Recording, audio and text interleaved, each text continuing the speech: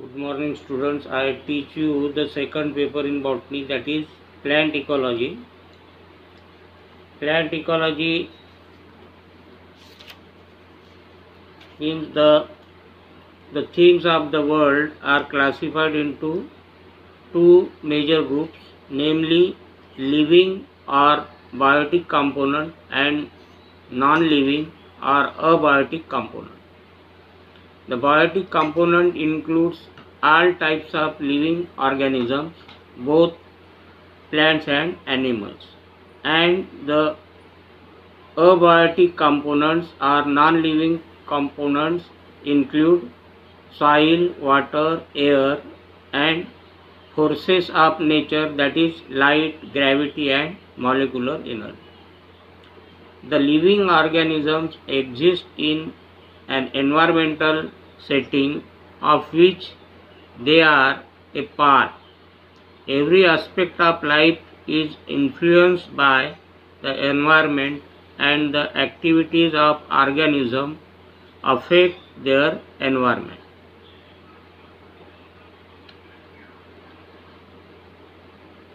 The ecology deals with the interrelationship between biotic and abiotic component with their environment is called as ecology, or in other words, ecology, it deals with the interrelationship between biotic and abiotic component, as well as the relationship among the individuals of the biotic component is called ecology. Ecology, like biology, has been subdivided into plant ecology and animal ecology. Plant ecology deals with the relationship between plants and their environment, and animal ecology is concerned with the study of relationship between animals and their environments. Ecology may be divided into autoecology and synecology. Autoecology is concerned with the study of individual animals or plant species or its population throughout its life history in relation to the habitat in which it grows, or in other words, it is a study of interrelationship between individual species or its population and its environment. While the synecology is the study of many species, that is whole community or major fractions of communities and ecosystem, is termed synecology. In autoecology, the study of single species is carried out, while in synecology, the study of population of the species of the same or different can be studied.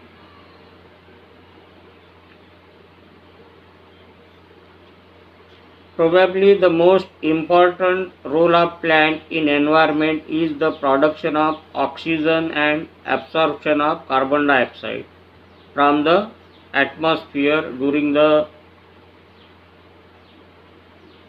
process of photosynthesis.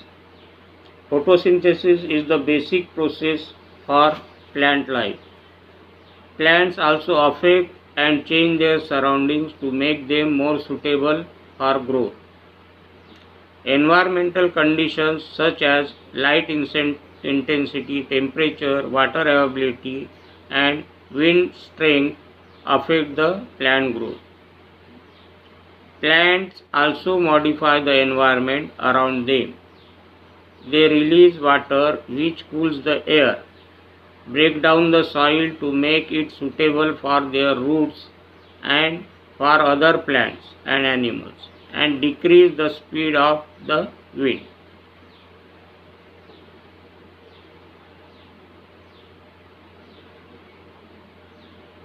Let us now study some of the mechanisms plants use to cope with extreme weather events such as high temperature, flood or drought. High temperature. High temperature affects crop directly by increasing the rate at which they lose water through transpiration, in the same way that high temperature make us sweat. Plants have very small pores called stomata spread over their leaves. These stomata help the plant to control how much water they contain.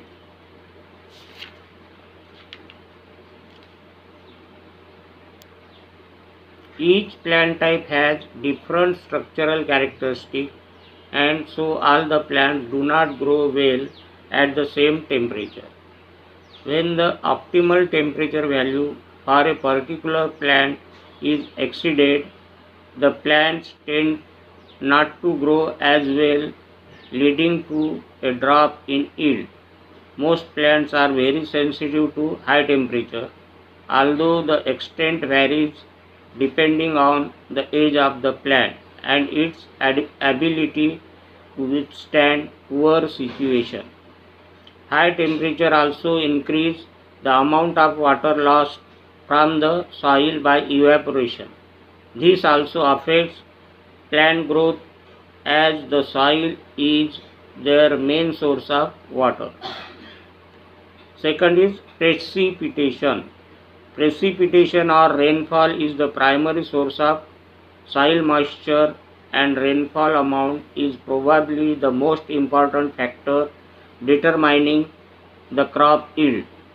A change in climate can cause an increase or decrease in the amount of precipitation which fall. Roots are one of the main ways plants get water from the environment. In many parts of the world, plants have much longer roots than trunk or branches. Sometimes a bush that is only around 30 cm high can have roots that go as deep as 2 meters into the soil. This happens in places where is not much rain during the year, like the desert or very arid dry regions of the world. Dry period can badly affect plant growth, but the amount of damage depends on the ability of the plant to expand its root system and how much water the soil can hold on to. High humidity, frost and hail may also damage certain crops.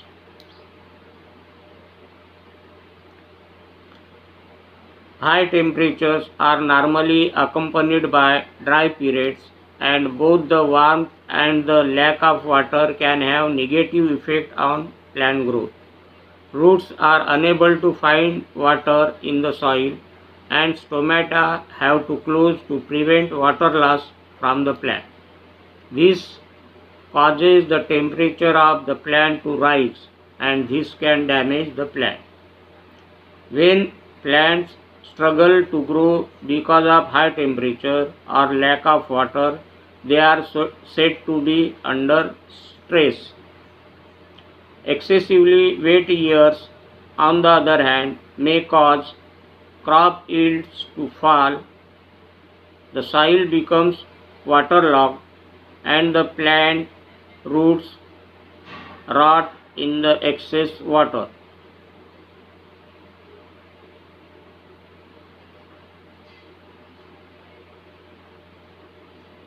Then the branches of ecology.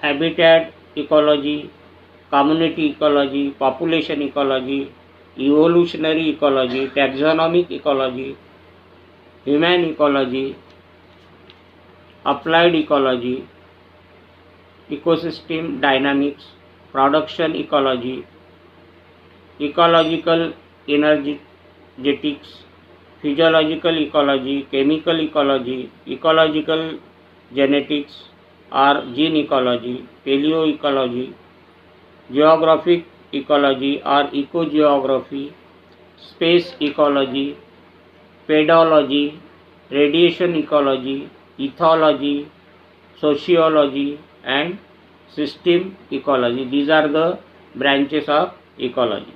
Habitat ecology means it deals with the study of different habitat on planet Earth and their effect on the organisms living there. According to kind of habitat, ecology is subdivided into marine ecology, means in marine water, estuarine ecology, freshwater ecology, that is limnology, and terrestrial ecology. The terrestrial ecology in its turn is classified into forest ecology, cropland ecology, grassland ecology, desert ecology.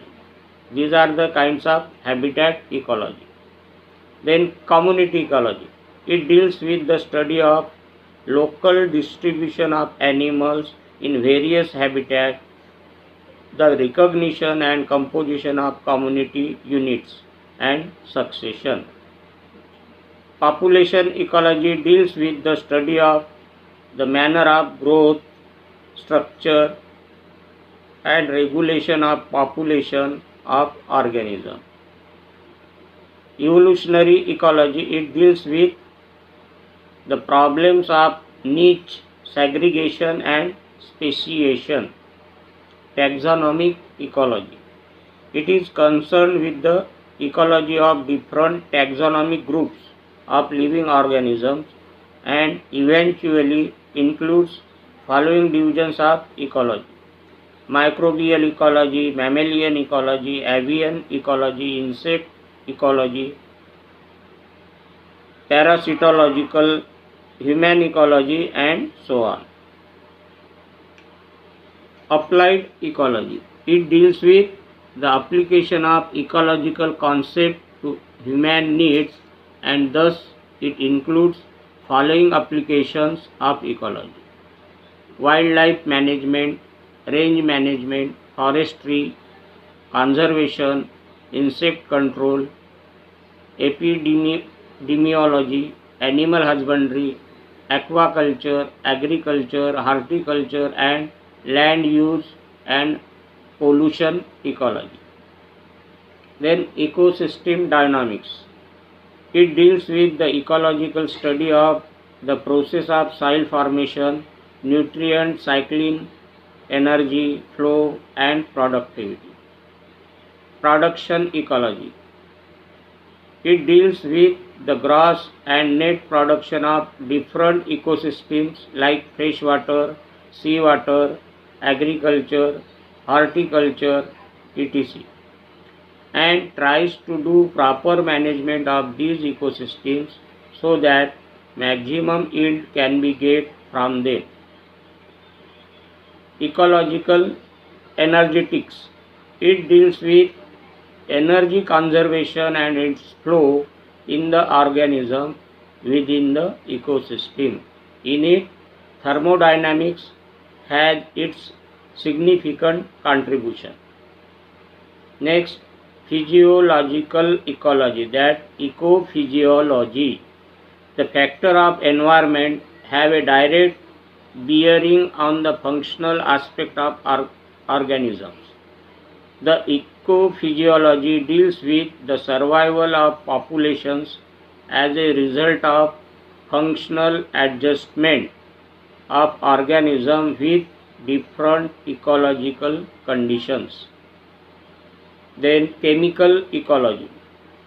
It is concerned with the adaptation of animals of preferences of particular organisms like insects to particular chemical substances.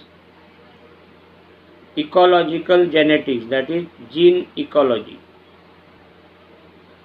Gene ecology deals with the study of variations of species based upon their genetic potentialities. Then paleoecology.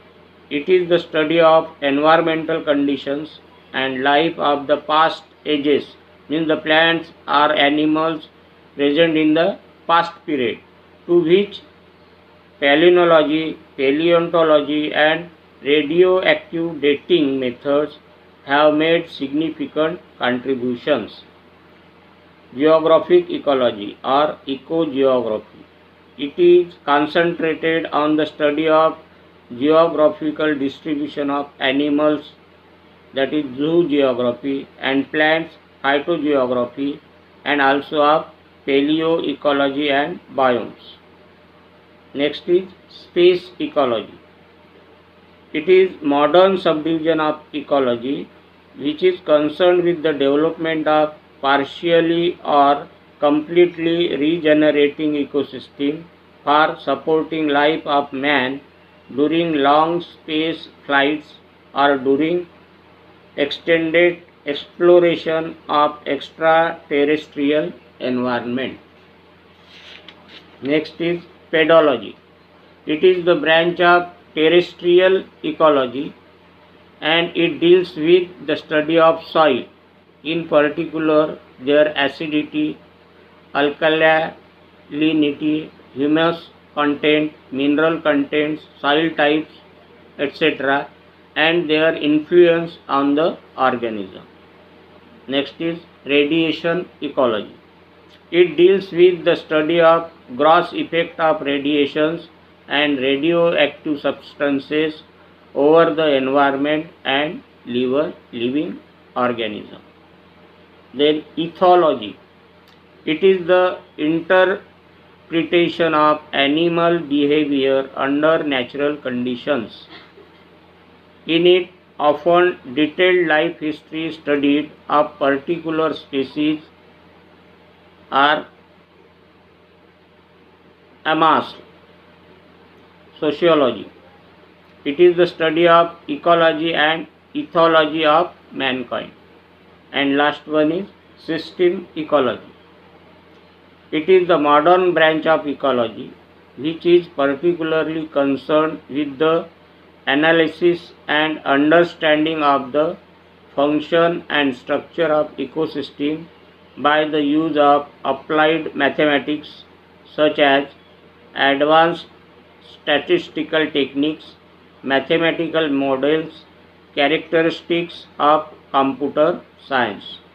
This is all about the branches of ecology. Now the last one is significance of ecology.